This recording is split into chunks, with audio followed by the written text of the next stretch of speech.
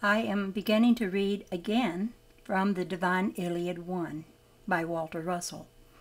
And this segment that I'm reading from the book, I'm calling a question.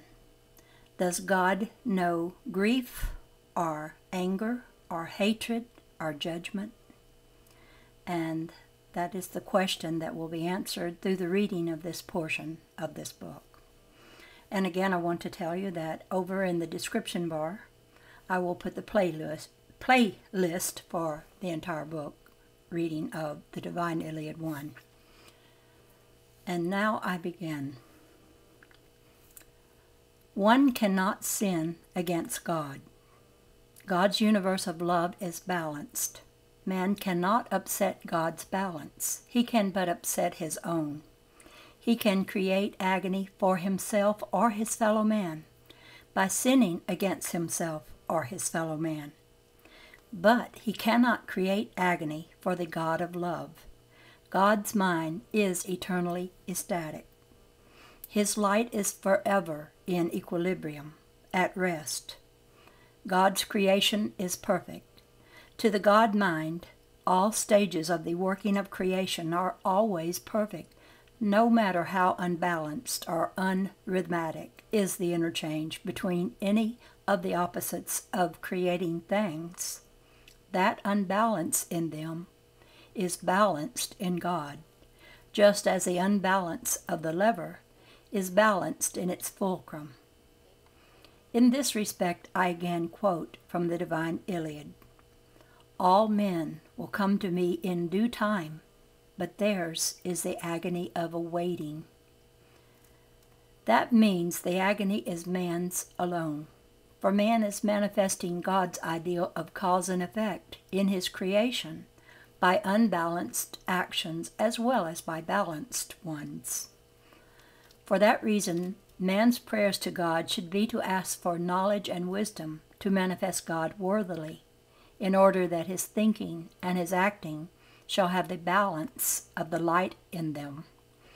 When we ask forgiveness for our trespasses, as we forgive those who have trespassed against us, it should not be in the sense that we have trespassed against God, or caused him grief or sorrow because of our acts, for that is impossible. It should be in the sense that we have trespassed against ourselves and our neighbors by breaking the law of rhythmic balanced interchange in our dealings with them. We thus hurt ourselves and every other man on earth by lowering the standard of all mankind. Conversely, every balanced act raises the standard of all mankind, but no unbalanced act can affect universal balance.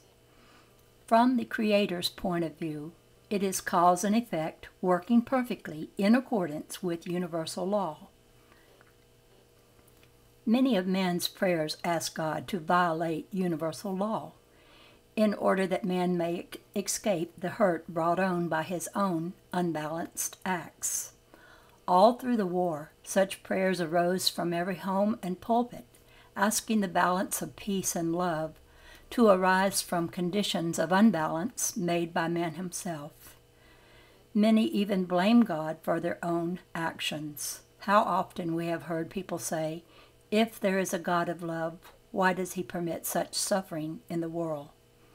Many go further and say that God is punishing man for his sins. Many talk of a God of wrath and a jealous God.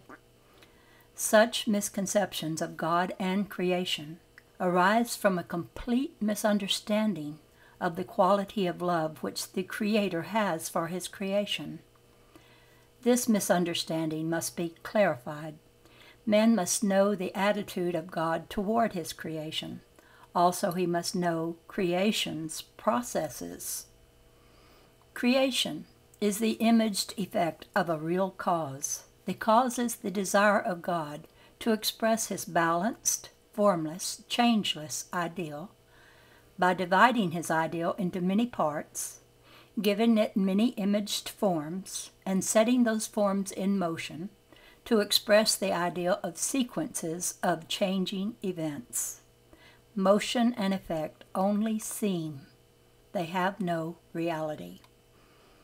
God's attitude toward his creation of a universe of cause and effect is like a man's attitude toward his own creations. The playwright conceives an ideal for play. It must be based upon cause and effect, governed by the universal law of love, for there is nothing in creation which is not so based. He divides his concept into its many parts, unfolding a story that always depicts transactions between pairs of opposite conditions, which manifest the working of universal law. He loves his concept, his imaginings, and all of the effects he is creating, because of the balanced and unbalanced interrelations between his characters working out the law. In the plot are good and bad, hero and villain, saint and sinner, dark and light, humor and pathos, happiness and agony, kindliness and intolerance. Without these there would be no play. The playwright loves each part of his creation equally, with the whole as one ideal. To be a master playwright, each part must be true to universal law. Perfection for him means making everything work truthfully in balance with universal law. During his entire period of creative expression, his mental attitude is that of ecstasy, which always accompanies every masterful creation. There is no change of emotion in that ecstasy. He does not hate the villain, despise the meanness of the cheat in his play, or become angry because of intolerance of another character. Nor does he express the opposite emotions of joy, love, or happiness because of those happenings which we call good in the play. The master playwright could not do this if he would, for it is not in the nature of the unchanging God mind to express all of those different emotions at one time. These different emotions are but the imagining of different parts of the whole, and all imagined parts void each other in the whole. God's whole mental attitude is the changeless one of love for the whole, and ecstasy for the fulfillment of his desire to create. God, the master playwright, is master creator. The universal play of creation is his imagining. His mental attitude is one unchanging ecstasy in knowing that the unfolding of his imaginings are true to his law. Even the most minute of microcosmic events, which he manifests his imaginings, unfold with as strict an observance to universal law as the most majestic event in his heavens. As and when they unfold in accordance with universal law, his ecstasy for the fulfillment of his desire for creating the imaged forms of his imagining is unchanging. There are no emotions of grief, sorrow, anger, jealousy, or pity in the God mind because of the happenings to any pairs of his creating things. To him it is all good, for all of it is the working of law. Imagine how untrue to the nature of the unchanging God mind to feel the changing emotions of grief, anger, jealousy, and other emotions at the same time, in relation to the countless happenings, to the infinity of parts in the master playwright's play of creation, as manifested in his vast universe. To the Creator, all is perfection. That which man calls sin and evil are but experiences wherein two unbalanced conditions fail to demonstrate the law of balance by interchanging their two opposed conditions equally. That is all there is to any action whatsoever in God's creating universe. If a machine created by man breaks down because of unbalanced interchange between its opposing parts, or because of overwork or lack of oil to lubricate its parts, we do not think of it as evil or sin committed by the machine, or by its creator or operator. We think of it as breaking the laws which govern the successful operation of the machine. as an accident or an experience. Such a breakdown of the machine may be due to bad judgment, negligence, ignorance, or other causes, but in every case the cause of it is unbalanced interchange between its opposed interchanging parts and conditions, all traceable to cause and effect. If man learns something from such a breakdown, which will keep him from repeating the cause which led to the accident, he has profited thereby. If he fails to profit by the experience, he will have to again suffer the consequences of it until he does learn to profit by the lesson. In neither case has the thought of sin or evil been connected with the experience. The same principle applies to man's human relations. When these are so extraordinarily out of balance that misery, agony, or death is the resultant effect, man, individually or collectively, gradually learns a lesson which eventually keeps him from repeating the same breaches of the law. In the meantime, man suffers the effects of his breaches of the law, individually and collectively, by broken friendships, loss of health, failures in business, unhappiness in home, inanities, and countless other ill effects arising from his own creations. These culminate in such colossal disasters as world wars with their consequent wholesale carnage. To relate any of the ills to sins against God is like relating a tornado to a sin against God. The tornado is the effect of unbalance between the two opposite temperature conditions.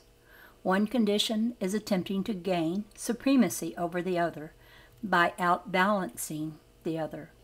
Universal law will not permit this breach of the law between opposite weather conditions. The resultant damage is the ill effect of this breach, just as damage to children's shins is the resultant effect of unbalance between opposite conditions.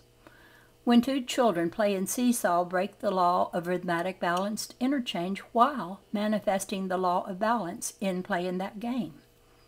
Or between two men who try to get the better of each other in a business transaction. Likewise, God is not angry with earth because it generates an angry tornado, nor is he grievous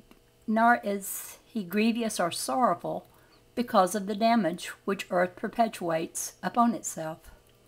Nor does he threaten the earth with punishment because of such an unbalanced action. Earth punishes itself for that action by the hurt of it upon itself. The measure of the hurt is the measure of earth's breach of the law. The tornado is a perfect manifestation of the inevitable workings of God's law. It is, therefore, good even to the hurt of it. All of man's evil and sinful actions are likewise good, even though he is hurt by them. So-called sins and evil relate only to man. To God or nature, they do not exist. To God they are but perfect effect of cause. There is naught but good in the light of love from which the universe is begotten, for love cannot beget anything but love. The secret of harmonious human relations lies in a deeper understanding of rhythmic balanced interchange between opposite unbalanced halves of all transactions. Unbalance is necessary in order for interchange to take place, for without two unbalanced conditions, motion could not take place at all. No matter how great the desire is to walk, one cannot do so unless he loses his balance by dividing it into opposite halves to become the basis of a two-way moving cycle. With one unbalanced half, he takes one step and recovers his balance with the other half of the cycle in order to take the next step. If the interchange is equal, he will walk steadily. If not, he will stagger or fall. He has not committed a sin against God or the universe by thus falling. He has merely hurt his own body and gained an experience in so doing. Vapors rising from the ocean are balanced by rains falling into it. The balance of this planet in its orbit is so perfect that an astronomer can tell to the split second where it is at any time, or when an eclipse of the sun or moon will take place. If the Earth should vary ever so slightly in its orbit and become out of balance with the other planets in this solar system, its oceans would rise over its highest mountains and sweep all expressions of life from its surface. The perpetuity of creation is based upon the constant giving of one half of a cycle to the other half for the purpose of repeating the creative process through another cycle of giving for re-giving. Living things breathe fully outward in order that they may breathe fully inward. Credits at the bank equal their debits. Repayment of credit simultaneously voids an equal debit. Compression in an engine is balanced always by an equal expansion. When an object which has been hurled into the air falls back to earth, it passes every point on its downward journey at the same speed of its upward journey.